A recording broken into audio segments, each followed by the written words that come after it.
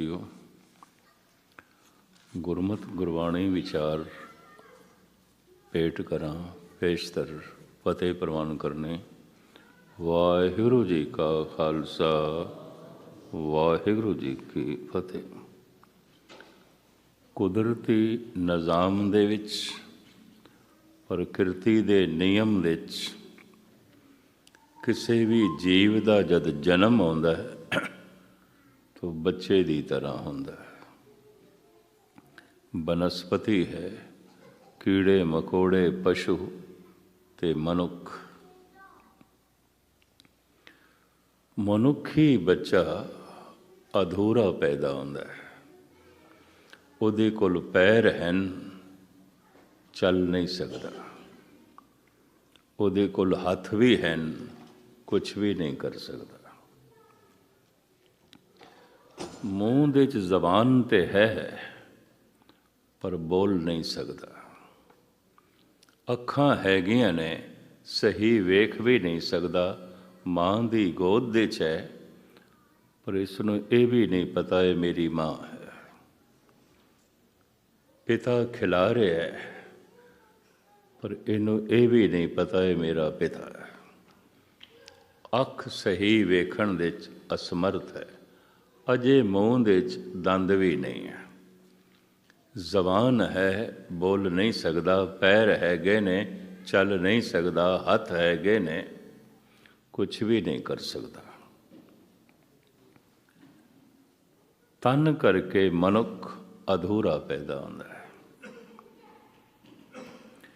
ਸਹਿਜੇ ਸਹਿਜੇ ਇਹ ਤਨ ਇੱਕ ਦਿਨ ਪੂਰਾ ਹੋ ਜਾਂਦਾ ਹੈ, ਜਿਹਨੂੰ ਅਸੀਂ ਕਹਿੰਦੇ ਹਾਂ ਅਡਲਟ ਹੋ ਗਿਆ, ਬਾਲਗ ਹੋ ਗਿਆ। ਇਹ ਹੁਣ ਬਾਲਗ ਹੋ ਗਿਆ, ਪ੍ਰੌੜ ਹੋ ਗਿਆ। ਇਹ ਸਹੀ ਵੇਖ ਸਕਦਾ ਹੈ, ਸੁਣ ਸਕਦਾ ਹੈ, ਬੋਲ ਸਕਦਾ ਹੈ, ਚੱਲ ਸਕਦਾ ਹੈ, ਕਰ ਸਕਦਾ ਹੈ। ਕਿਸ ਪਾਸੇ ਚੱਲਣਾ ਹੈ, ਕਿਧਰ ਨਹੀਂ ਚੱਲਣਾ, ਐਸਾ ਸਮਝ ਵੀ ਸਕਦਾ ਹੈ। ਇਹ ਬਾਲਗ ਹੋ ਗਿਆ। ਹੁਣ ਮੈਂ ਅਰਜ਼ ਕਰਾਂ, ਧਰਮ ਦਾ ਜਨਮ ਮਨੁੱਖ ਦੇ ਮਨ ਦੇ 'ਚ ਆਉਂਦਾ ਹੈ। ਸ਼ਾਇਦ ਇਸੇ ਵਾਸਤੇ ਗੁਰਬਾਣੀ ਕਹਿੰਦੀ ਹੈ, ਪੂਤ ਪਿਤਾ ਇੱਕ ਜਾਇਆ। ਪੁੱਤਰ ਨੇ ਪਿਤਾ ਨੂੰ ਜਨਮ ਦਿੱਤਾ ਹੈ। ਕਿਸ ਤਰ੍ਹਾਂ? ਇਹਨੂੰ ਦੂਜੇ ਸ਼ਬਦਾਂ 'ਚ ਸਤਿਗੁਰੂ ਦੇਵ ਜੀ ਇੰਝ ਖੋਲ੍ਹਦੇ ਨੇ, ਸਾਧੂ ਸਤਮ ਜਾਣੋ ਨਾਨਕ ਪ੍ਰੀਤ ਕਾਰਨੇ। ਸੱਚ ਕਰਕੇ ਜਾਣੋ, ਸਾਧੂਆਂ ਕਰਕੇ ਪਤਾ ਚੱਲਦਾ ਹੈ ਪ੍ਰਮਾਤਮਾ ਹੈ। ਭਗਤਾਂ ਕਰਕੇ ਪਤਾ ਚੱਲਦਾ ਹੈ ਭਗਵਾਨ ਹੈ। ਗੁਰਮੁਖਾਂ ਗੁਰਸਿੱਖਾਂ ਕਰਕੇ ਪਤਾ ਚੱਲਦਾ ਹੈ ਗੁਰੂ ਹੈ, ਪ੍ਰਮਾਤਮਾ ਹੈ। ਹੋਰ ਕਿਸ ਤਰ੍ਹਾਂ ਪਤਾ ਚੱਲੇਗਾ? ਫਿਰ ਇਸ ਨੂੰ ਇੰਝ ਵੀ ਗੁਰਬਾਣੀ ਬਿਆਨ ਕਰਦੀ ਹੈ, ਸਫਲ ਜਨਮ ਤਿਸ ਕਾ ਜਗ ਭੀਤਰ ਜਿਨ ਕੀਨੋ ਸੌਤ ਵਿਧਾਤਾ। ਸੌਤ ਸੌਤਰਾ, ਜਿਹਦੇ ਘਰ ਪੁੱਤਰ ਹੋ ਜਾਏ ਸੌਤਰਾ, ਜਿਹਦੇ ਘਰ ਔਲਾਦ ਨਹੀਂ ਉਹਨੂੰ ਕਹਿੰਦੇ ਨੇ ਔਤਰਾ। ਇਹ ਸ਼ਬਦ ਵਰਤਿਆ ਹੈ ਗੁਰੂ ਅਰਜਨ ਦੇਵ ਜੀ ਨੇ। ਸਫਲ ਜਨਮ ਤਿਸ ਕਾ ਜਗ ਭੀਤਰ ਜਿਨ ਕੀਨੋ ਸੌਤ ਵਿਧਾਤਾ। ਉਸ ਭਗਤ ਦਾ, ਉਸ ਗੁਰਮੁਖ ਦਾ, ਉਸ ਬ੍ਰਹਮ ਗਿਆਨੀ ਦਾ ਜਨਮ ਸਫਲ ਹੋ ਗਿਆ। ਉਹਨੇ ਪਰਮਾਤਮਾ ਨੂੰ ਸੌਤਰਾ ਬਣਾ ਦਿੱਤਾ। ਭਗਤ ਪਰਮਾਤਮਾ ਦੇ ਪੁੱਤ ਗਿਣੇ ਜਾਂਦੇ ਨੇ ਅਤੇ ਭਗਤਾਂ ਕਰਕੇ ਪਤਾ ਚੱਲਦਾ ਹੈ ਭਗਵਾਨ ਹੈ। ਗੁਰਸਿੱਖ ਗੁਰਮੁਖਾਂ ਬ੍ਰਹਮ ਗਿਆਨੀਆਂ ਕਰਕੇ ਪਤਾ ਚੱਲਦਾ ਹੈ ਗੁਰੂ ਹੈ। ਸੰਤਾਂ ਕਰਕੇ ਪਤਾ ਚੱਲਦਾ ਹੈ ਪਰਮਾਤਮਾ ਹੈ। ਸਾਧੂ ਸਤਮ ਜਾਣੋ ਨਾਨਕ ਪ੍ਰੀਤ ਕਾਰਨ ਹੈ। ਕਿਉਂਕਿ ਉਹਨਾਂ ਦੇ ਜੀਵਨ ਦੇ ਜਿਹੜੇ ਲੱਛਣ ਪ੍ਰਗਟ ਹੁੰਦੇ ਨੇ ਉਹ ਸਾਰੇ ਦੇ ਸਾਰੇ ਪਰਮਾਤਮਾ ਦੇ ਲੱਛਣ ਨੇ। ਇਹਨੂੰ ਕਹਿੰਦੇ ਲੱਛਣਾਂ ਬਿਰਤੀ ਕਰਕੇ ਅਗਲੇ ਨੂੰ ਸਮਝਣ ਦਾ ਯਤਨ ਕਰਨਾ, ਲੱਛਣ।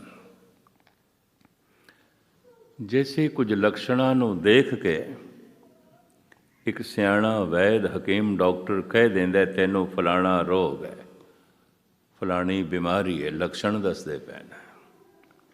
ਇਹਨੂੰ ਉਰਦੂ ਫਾਰਸੀ 'ਚ ਕਹਿੰਦੇ ਨੇ ਅਲਾਮਤ। ਅਲਾਮਤਾਂ ਦੱਸਦੀਆਂ ਪਈਆਂ ਤੈਨੂੰ ਫਲਾਣਾ ਰੋਗ ਹੈ। ਕੁਝ ਅਲਾਮਤਾਂ ਦੱਸ ਦਿੰਦੀਆਂ ਨੇ, ਕੁਝ ਲੱਛਣ ਦੱਸ ਦਿੰਦੇ ਨੇ ਇਹ ਬੰਦਾ ਚੋਟੀ ਦਾ ਧਨਵਾਨ ਹੈ। ਲੱਛਣ ਦੱਸ ਦਿੰਦੇ ਨੇ, ਅਲਾਮਤਾਂ ਦੱਸ ਦਿੰਦੀਆਂ ਨੇ। ਲੱਛਣ ਦੱਸ ਦਿੰਦੇ ਨੇ, ਅਲਾਮਤਾਂ ਦੱਸ ਦਿੰਦੀਆਂ ਨੇ ਮੁਫਲਿਸ ਹੈ, ਅਤਿਅੰਤ ਗਰੀਬ ਹੈ। ਉਹਦਾ ਰਹਿਣ ਸਹਿਣ, ਉਹਦੇ ਲੱਛਣ ਦੱਸ ਦਿੰਦੇ ਨੇ, ਅਲਾਮਤਾਂ ਦੱਸ ਦਿੰਦੀਆਂ ਨੇ। ਕੁਛ ਅਲਾਮਤਾਂ, ਕੁਝ ਲੱਛਣ ਐਸੇ ਨੇ ਦੱਸ ਦਿੰਦੇ ਨੇ ਬੰਦਾ ਮੂਰਖ ਹੈ, ਬਿਲਕੁਲ ਮੂੜ ਹੈ। ਅਲਾਮਤਾਂ ਹੀ ਦੱਸ ਦਿੰਦੀਆਂ ਨੇ, ਲੱਛਣ ਦੱਸ ਦਿੰਦੇ ਨੇ ਮਨੁੱਖ ਇਹ ਬਹੁਤ ਸਿਆਣਾ ਹੈ। ਧੰਨ ਗੁਰੂ ਗੋਬਿੰਦ ਸਿੰਘ ਜੀ ਮਹਾਰਾਜ ਨੇ ਇੱਕ ਦਿਨ 52 ਕਵੀਆਂ ਦੇ ਸਾਹਮਣੇ ਇੱਕ ਸਮੱਸਿਆ ਰੱਖ ਦਿੱਤੀ ਸੀ। ਮੈਨੂੰ ਦੱਸੋ ਮੂਰਖ ਕੌਣ ਹੈ? ਮੂਰਖ ਕੌਣ ਹੈ? ਕਿਸ ਨੂੰ ਮੂੜ ਆਖੋਗੇ? ਕਿਸ ਨੂੰ ਮੂਰਖ ਆਖੋਗੇ? ਹੁਣ 52 ਕਵੀ ਸਨ, ਕੁਝ ਸੰਸਕ੍ਰਿਤ ਦੇ ਕਵੀ, ਕੁਝ ਫਾਰਸੀ ਦੇ ਕਵੀ, ਕੋਈ ਬ੍ਰਿਜ ਭਾਸ਼ਾ ਦੇ, ਹਿੰਦੀ ਦੇ, ਕੁਝ ਪੰਜਾਬੀ ਦੇ, ਕੁਝ ਉਰਦੂ ਦੇ, ਵੱਖ-ਵੱਖ ਭਾਸ਼ਾਵਾਂ ਦੇ ਕਵੀ ਸਨ। ਇੱਕ ਭਾਸ਼ਾ ਦੇ ਕਵੀ ਨਹੀਂ ਸਨ। ਕਿਸੇ ਨੇ ਕੁਛ ਦੱਸਿਆ, ਕਿਸੇ ਨੇ ਕੁਛ ਦੱਸਿਆ, ਕਿਸੇ ਨੇ ਕੁਛ ਦੱਸਿਆ। ਫਿਰ ਵਾਰੀ ਆਈ ਭਾਈ ਨੰਦ ਲਾਲ ਦੀ। ਸਤਿਗੁਰੂ ਕਹਿੰਦੇ ਨੇ ਹੁਣ ਤੁਸੀਂ ਦੱਸੋ। ਭਾਈ ਸਾਹਿਬ ਜੋ ਮੂਰਖ ਦੇ ਲੱਛਣ ਦੱਸਦੇ ਨੇ, ਧਿਆਨ ਨਾਲ ਸੁਣਨਾ।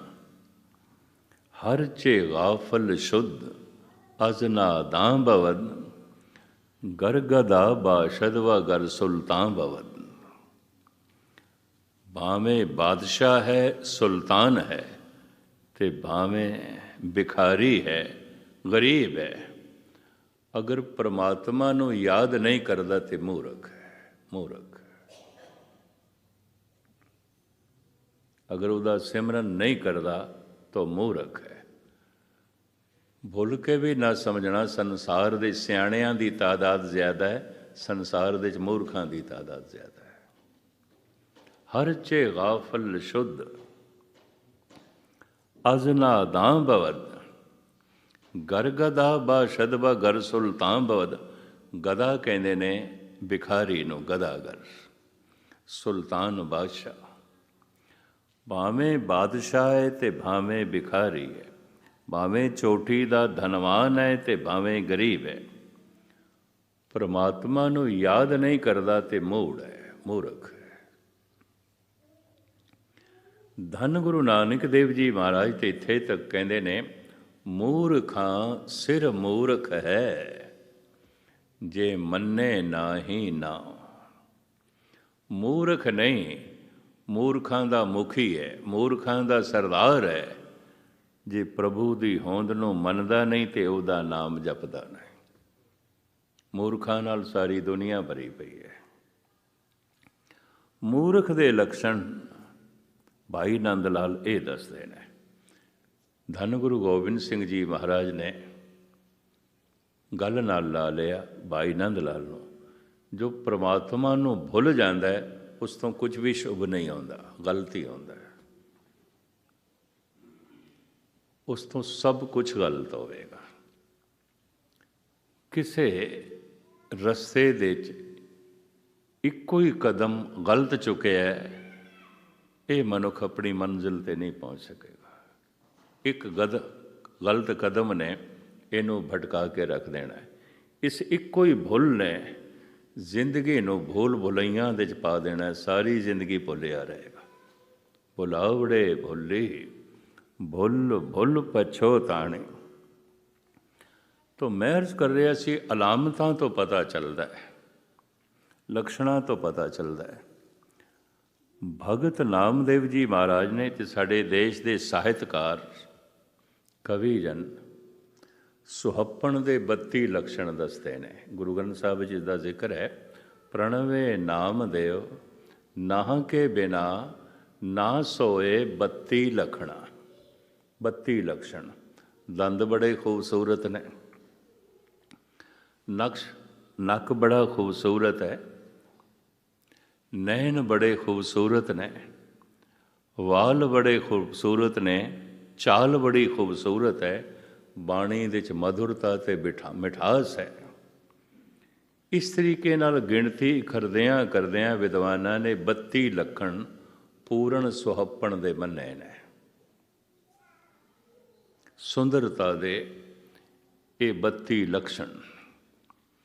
ਹੁਣ ਨਾਮਦੇਵ ਜੀ ਮਹਾਰਾਜ ਕਹਿੰਦੇ ਨੇ, ਪ੍ਰਣਵੇ ਨਾਮਦੇਵ ਨਾਹ ਕੇ ਬਿਨਾ ਨਾ ਸੋਏ 32 ਲਖਣਾ। ਇੱਕ ਪ੍ਰਭੂ ਦੇ ਨਾਮ ਤੋਂ ਬਿਨਾਂ ਅਗਰ ਹਿਰਦੇ 'ਚ ਨਹੀਂ, ਇਹ 32 ਲੱਛਣ ਵੀ ਕਿਸੇ ਕੰਮ ਦੇ ਨਹੀਂ। ਇਹ ਤਨ ਕਰਕੇ ਸੁੰਦਰ ਹੋਵੇਗਾ, ਮਨ ਕਰਕੇ ਮਹਾਕਰੂਪ ਹੋਵੇਗਾ। ਕਹੋ ਕਬੀਰ ਜੈਸੇ ਸੁੰਦਰ ਸਰੂਪ, ਭਗਤ ਕਬੀਰ। ਕਹੋ ਕਬੀਰ ਜੈਸੇ ਸੁੰਦਰ ਸਰੂਪ, ਨਾਮ ਬਿਨਾ ਜੈਸੇ ਕੁਬਜ ਕਰੂਪ। ਪ੍ਰਭੂ ਦਾ ਹਿਰਦੇ 'ਚ ਨਾਮ ਨਹੀਂ ਹੈ, ਇਹ ਕੁਬੜਾ ਹੈ ਤੇ ਕਰੂਪ ਹੈ, ਕੁਛ ਵੀ ਨਹੀਂ ਹੈ, ਕੁਛ ਵੀ ਨਹੀਂ ਹੈ, ਕੁਛ ਵੀ ਨਹੀਂ। ਤੋ ਮੈਂ ਅਰਜ਼ ਕਰਾਂ, ਵਿਦਵਾਨਾਂ ਨੇ, ਸਾਹਿਤਕਾਰਾਂ ਨੇ ਸੁਹੱਪਣ ਦੇ ਲੱਛਣ ਮੰਨੇ ਨੇ, ਬਦਸੂਰਤੀ ਦੇ ਲੱਛਣ ਮੰਨੇ ਨੇ, ਵੱਖ-ਵੱਖ ਬਿਮਾਰੀਆਂ ਦੇ ਜੋ ਹੈ ਲੱਛਣ ਨੇ, ਧਨਵਾਨ ਮਨੁੱਖ ਦੇ ਲੱਛਣ ਨੇ, ਉਸ ਤੋਂ ਪਤਾ ਚੱਲਦਾ ਹੈ ਧਨਵਾਨ ਹੈ। ਮੂਰਖ ਦੇ ਲੱਛਣ ਨੇ, ਲੱਛਣਾਂ ਤੋਂ ਪਤਾ ਚੱਲਦਾ ਹੈ ਮੂਰਖ ਹੈ। ਕੁਝ ਲੱਛਣ ਦੱਸ ਦਿੰਦੇ ਨੇ, ਸਰੀਰ ਦੀ ਹਾਲਤ ਦੱਸ ਦਿੰਦੀ ਹੈ ਬੱਚਾ ਹੈ। ਲੱਛਣ ਦੱਸ ਦਿੰਦੇ ਨੇ, ਸਰੀਰ ਦੀ ਹਾਲਤ ਦੱਸ ਦਿੰਦੀ ਹੈ ਜਵਾਨ ਹੋ ਗਏ। ਲੱਛਣ ਦੱਸ ਦਿੰਦੇ ਨੇ, ਚਾਲ ਢਾਲ ਦੱਸ ਦਿੰਦੀ ਹੈ ਬੁੱਢਾ ਹੋ ਗਿਆ। ਬੁਢੇਪੇ ਦੇ ਲੱਛਣ ਨੇ, ਜਵਾਨੀ ਦੇ ਲੱਛਣ ਨੇ, ਬਚਪਨ ਦੇ ਲੱਛਣ ਨੇ। ਲੱਛਣਾਂ ਕਰਕੇ ਪਤਾ ਚੱਲਦਾ ਬੱਚਾ, ਲੱਛਣਾਂ ਕਰਕੇ ਪਤਾ ਚੱਲਦਾ ਜਵਾਨ ਹੋ ਗਿਆ। ਲੱਛਣ ਦੱਸ ਦਿੰਦੇ ਨੇ ਬੁੱਢਾ ਹੋ ਗਿਆ। ਧਾਰਮਿਕ ਮਨੁੱਖ ਦੇ ਵੀ ਸਤਿਗੁਰਾਂ ਨੇ ਲੱਛਣ ਬਕਾਇਦਾ ਬਿਆਨ ਕੀਤੇ ਨੇ। ਉਹਨੂੰ ਮੈਂ ਖੋਲ੍ਹ ਕੇ ਬਿਆਨ ਕਰਾਂ, ਪਰ ਉਸ ਤੋਂ ਪਹਿਲੇ ਮੈਂ ਇਤਨਾ ਅਰਜ਼ ਕਰਾਂ, ਹਰ ਜੀਵ ਜੰਤੂ ਦਾ ਜਨਮ ਹੁੰਦਾ ਹੈ ਬੱਚੇ ਦੀ ਤਰ੍ਹਾਂ, ਬੁੱਢੇ ਦੀ ਤਰ੍ਹਾਂ ਨਹੀਂ। ਇੱਕ ਵੱਡਾ ਦਰਖਤ ਵੀ ਨਿੱਕੇ ਜਿਹਾ ਬੂਟੇ ਦੀ ਤਰ੍ਹਾਂ ਪੈਦਾ ਹੁੰਦਾ ਹੈ। ਇੱਕ ਸ਼ਕਤੀਸ਼ਾਲੀ 6 ਫੁੱਟ ਦਾ ਮਨੁੱਖ ਵੀ ਛੋਟੇ ਜਿਹਾ ਬੱਚੇ ਦੀ ਤਰ੍ਹਾਂ ਜਗਤ ਦੇ 'ਚ ਆਉਂਦਾ ਹੈ। ਪਸ਼ੂ ਪੰਛੀ ਬੱਚਿਆਂ ਦੀ ਤਰ੍ਹਾਂ ਪੈਦਾ ਹੁੰਦੇ ਨੇ, ਬੁੱਢਿਆਂ ਦੀ ਤਰ੍ਹਾਂ ਨਹੀਂ। ਚੀਨ ਦੇ ਇੱਕ ਸੰਤ ਬਾਰੇ ਮੈਂ ਜ਼ਰੂਰ ਪੜ੍ਹਿਆ, ਲਾਓ ਤਸੇ ਬਾਰੇ। ਉਹ ਜਨਮ ਤੋਂ ਹੀ ਬੁੱਢਾ ਸੀ, ਇੰਜ ਮੈਂ ਪੜ੍ਹਿਆ। ਇਹ ਚੀਨੀ ਕਹਾਵਤ ਵੀ ਹੈ ਅਤੇ ਚੀਨੀ ਇਤਿਹਾਸ ਵੀ ਹੈ। ਭਾਰਤ ਦੀ ਤਰ੍ਹਾਂ ਚੀਨ ਵੀ ਬੜੇ ਪੁਰਾਣੇ ਸਮੇਂ ਤੋਂ ਧਾਰਮਿਕ ਦੇਸ਼ ਰਿਹਾ ਹੈ, ਭਾਵੇਂ ਅੱਜ ਕਮਿਊਨਿਸਟ ਹੋ ਗਿਆ, ਲੇਕਿਨ ਬੜਾ ਧਾਰਮਿਕ ਦੇਸ਼ ਰਿਹਾ। ਬੜੇ ਬੜੇ ਸੰਤ ਉਸ ਦੇਸ਼ ਨੇ ਕਿਸੇ ਵਕਤ ਪੈਦਾ ਕੀਤੇ ਨੇ।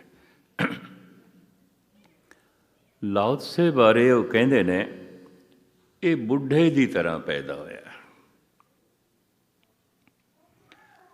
ਫਿਰ ਜਦ ਮੈਂ ਗਹਿਰਾਈ ਦੇ 'ਚ ਇਸ ਸਾਹਿਤ ਦਾ ਇਤਿਹਾਸ ਦਾ ਅਧਿਐਨ ਕੀਤਾ ਤਾਂ ਮੇਰੇ ਮਨ ਨੇ ਨਿਰਣਾ ਕੀਤਾ, ਇਹ ਤਨ ਕਰਕੇ ਤੇ ਬੱਚੇ ਦੀ ਤਰ੍ਹਾਂ ਪੈਦਾ ਹੋਇਆ, ਮਨ ਕਰਕੇ ਬਜ਼ੁਰਗ ਦੀ ਤਰ੍ਹਾਂ, ਬਜ਼ੁਰਗ ਦੀ ਤਰ੍ਹਾਂ। ਇਹ ਤਨ ਕਰਕੇ ਤੇ ਬਹੁਤ ਛੋਟੇ ਰੂਪ ਵਿੱਚ ਜਿਵੇਂ ਬੱਚੇ ਹੁੰਦੇ ਨੇ ਆਇਆ, ਪਰ ਮਨ ਕਰਕੇ ਮਹਾਨ ਸੀ। ਜੈਸੇ ਜਿਸ ਵਕਤ ਧੰਨ ਗੁਰੂ ਨਾਨਕ ਦੇਵ ਜੀ ਮਹਾਰਾਜ ਪ੍ਰਗਟ ਹੋਏ, ਜਨਮ ਸਾਖੀ ਵਿੱਚ ਇਸ ਤਰ੍ਹਾਂ ਲਿਖਿਆ, ਕਾਰਤਕ ਮਾਸ ਰੁੱਤ ਸਰਦ ਪੂਰਨ ਮਾਸੀ। शुभ निक्षत्र शुभ लगन प्रकाशी, अर्ध रैन बीती घट का पर, नानक जन्म लियो कालो घर। कारतक दी पुन्या, शुभ लगन शुभ निक्षत्र, अद्धी रात नानक दा जन्म कालू दे घर दे होया। जन्म साखी इंज कहती। प्रात भई प्रोहत बुलवाया, हरि दयाल तै नाम सुहाया। जैसे अमृत वेला होया ना, तो पिता कल्याण दास जी प्रोहत नूं बुलाउण वास्ते चले गए। पुराना जमाना बेदियां दे घर दे जन्म होया, तो बेदी अपने बच्चे की जन्म कुंडली बनवाते सन।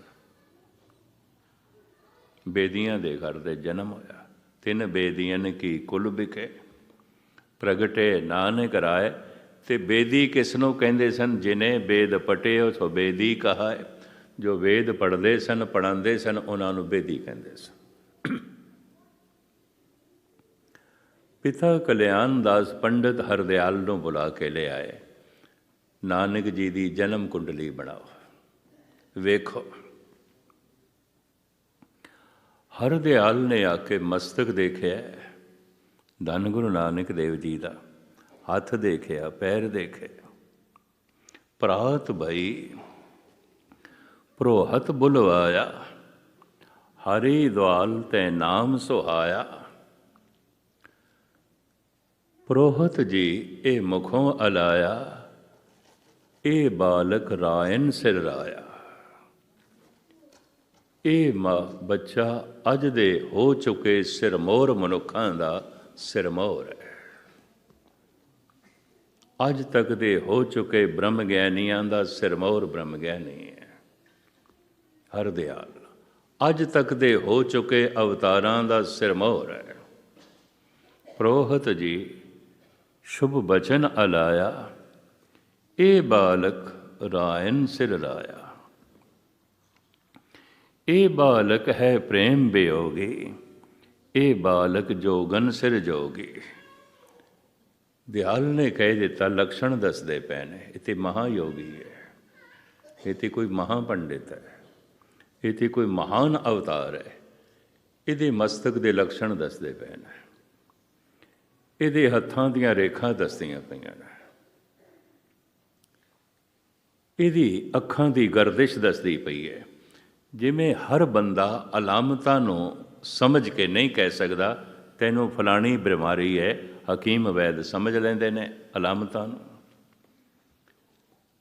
ਲਕਸ਼ਣਾਂ ਨੂੰ ਸਮਝਣਾ, ਲਕਸ਼ਣਾਂ ਕਰਕੇ ਹੀ ਦੱਸ ਦਿੰਦੇ ਨੇ ਇਹ ਘੋੜਾ ਇਰਾਕੀ ਹੈ, ਬੜਾ ਵਧੀਆ, ਲਕਸ਼ਣ ਦੱਸ ਦਿੰਦੇ ਨੇ। ਮੈਂ ਇੱਕ ਦਫਾ ਜੀਂਦ ਦੇ 'ਚ ਗਊ ਲੈ ਬੈਠਾ, ਖਰੀਦ ਬੈਠਾ, ਬੜੀ ਖੂਬਸੂਰਤ ਸੀ, ਚੰਗੀ ਲੱਗੀ ਮੈਨੂੰ। ਹਰ ਸਾਲ ਮੈਂ ਉੱਥੇ ਧੰਨ ਗੁਰੂ ਨਾਨਕ ਦੇਵ ਜੀ ਮਹਾਰਾਜ ਦੇ ਜੋਤੀ ਜੋਤ ਸਮਾਨ ਪੁਰਬ 'ਤੇ ਜਾਂਦਾ ਹੁੰਦਾ। ਮਹਾਂਪੁਰਖਾਂ ਦਾ ਡੇਰਾ ਹੈ, ਉਹ ਮਨਾਉਂਦੇ ਨੇ। ਸੰਤ ਜੀਵਨ ਸ਼ਾਹ ਸਿੰਘ ਜੀ ਦਾ ਡੇਰਾ। ਉਹ ਮੇਰੇ ਕੋਲ ਪੁੱਛਣ ਲੱਗੇ, ਸੁਣਿਆ ਤੁਸੀਂ ਗਊ ਖਰੀਦੀ ਹੈ? ਮੈਂ ਕਿਹਾ ਜੀਂਦ ਤੇ ਰੋਹਤਕ ਇਹ ਗਊਆਂ ਕਰਕੇ ਮਸ਼ਹੂਰ ਹੈ, ਅੱਛੀਆਂ ਅੱਛੀਆਂ ਗਊਆਂ। ਮੈਂ ਕਿਹਾ ਮੈਨੂੰ ਬੜੀ ਚੰਗੀ ਲੱਗੀ ਹੈ, ਮੈਂ ਲੈ ਲਈ। ਉਹ ਆ ਗਏ, ਕਹਿਣ ਲੱਗੇ ਮੈਨੂੰ ਦਿਖਾਓ। ਮੈਂ ਕਿਹਾ ਦੇਖੋ। ਜੀਂਦ ਸ਼ਹਿਰ ਦੇ ਵਿੱਚ ਬੜੀਆਂ ਸਰਾਵਾਂ ਨੇ ਜੋ ਗਊਆਂ ਨਾਲ ਭਰੀਆਂ ਰਹਿੰਦੀਆਂ ਨੇ। ਮੈਂ ਚੱਲ ਕੇ ਦਿਖਾਈ। ਉਹਨਾਂ ਨੇ ਆਪਣਾ ਹੱਥ ਸਿਰ 'ਤੇ ਦੇ ਮਾਰਿਆ। ਕਹਿਣ ਲੱਗੇ ਗਿਆਨੀ ਜੀ ਇਹਨੂੰ ਲੈ ਕੇ ਜਾ ਰਹੇ ਹੋ? ਮੈਂ ਕਿਹਾ ਕਿਉਂ? ਇਹਦੇ ਠੀਕ ਲੱਛਣ ਨਹੀਂ ਨੇ, ਔਖੇ ਹੋਵੋਗੇ, ਦੁਖੀ ਹੋਵੋਗੇ। ਇਹ ਸਿਰਫ ਦਿਸਣ ਨੂੰ ਖੂਬਸੂਰਤ ਹੈ, ਬਾਕੀ ਇਹ ਕੁਛ ਵੀ ਨਹੀਂ ਹੈ, ਕੁਛ ਵੀ ਨਹੀਂ ਹੈ। ਤੁਹਾਨੂੰ ਲੱਛਣਾਂ ਦਾ ਪਤਾ ਨਹੀਂ, ਸਾਨੂੰ ਪਤਾ ਹੈ। ਜੇ ਤੁਸੀਂ ਗਊ ਲੈਣੀ ਹੈ ਤਾਂ ਅਸੀਂ ਤੁਹਾਨੂੰ ਲੈ ਕੇ ਦੇਵਾਂਗੇ। ਉਹ ਜਿਸ ਵਪਾਰੀ ਕੋਲ ਮੈਂ ਲਈ, ਜਾ ਕੇ ਸੰਤਾਂ ਨੇ ਉਹਨੂੰ ਡਾਂਟਿਆ ਵੀ ਇਹ ਮਸਕੀਨ, ਔਰ ਇਹਨੂੰ ਗਊ ਤੱਕ ਡੰਗ ਦੀ ਦੇਣੀ ਸੀ, ਇਹ ਕੀ ਕੀਤਾ ਤੂੰ? ਉਹ ਹੱਥ ਜੋੜ ਕੇ ਕਹਿਣ ਲੱਗਾ, ਮਹਾਰਾਜ ਜੀ ਕੀ ਕਰੀਏ, ਇਹਨਾਂ ਨੇ ਆਪ ਹੀ ਪਸੰਦ ਕੀਤੀ ਹੈ, ਇਹਨਾਂ ਨੇ ਆਪ ਹੀ ਪਸੰਦ ਕੀਤੀ ਹੈ। ਉਹ ਕਹਿਣ ਲੱਗੇ ਇਹਨਾਂ ਨੂੰ ਲੱਛਣਾਂ ਦਾ ਪਤਾ ਨਹੀਂ ਹੈ। ਵਾਕਈ ਮੈਨੂੰ ਗਊ ਦੇ ਲੱਛਣਾਂ ਦਾ ਪਤਾ ਨਹੀਂ ਸੀ। ਕੁਝ ਲੱਛਣ ਐਸੇ ਨੇ, ਦਿਸ ਪੈਂਦਾ ਇਰਾਕੀ ਘੋੜਾ ਹੈ, ਵਧੀਆ ਘੋੜਾ ਹੈ, ਇਹ ਵਧੀਆ ਗਊ ਹੈ। ਲੱਛਣ ਹੀ ਦੱਸ ਦਿੰਦੇ ਨੇ ਇਹ ਜ਼ਮੀਨ ਵਧੀਆ ਹੈ, ਧਰਤੀ ਵਧੀਆ ਹੈ। ਐਸੇ ਖੋਜੀ ਮੌਜੂਦ ਨੇ। ਅੱਜ ਤੇ ਵਿਗਿਆਨਕ ਢੰਗ ਨਾਲ ਖੋਜ ਕਰਦੇ ਨੇ, ਇਹ ਧਰਤੀ ਬੜੀ ਉਪਜਾਊ ਹੈ, ਬਹੁਤ ਵਧੀਆ ਹੈ। ਲੇਕਿਨ ਪੁਰਾਣੇ ਜ਼ਮਾਨੇ ਦੇ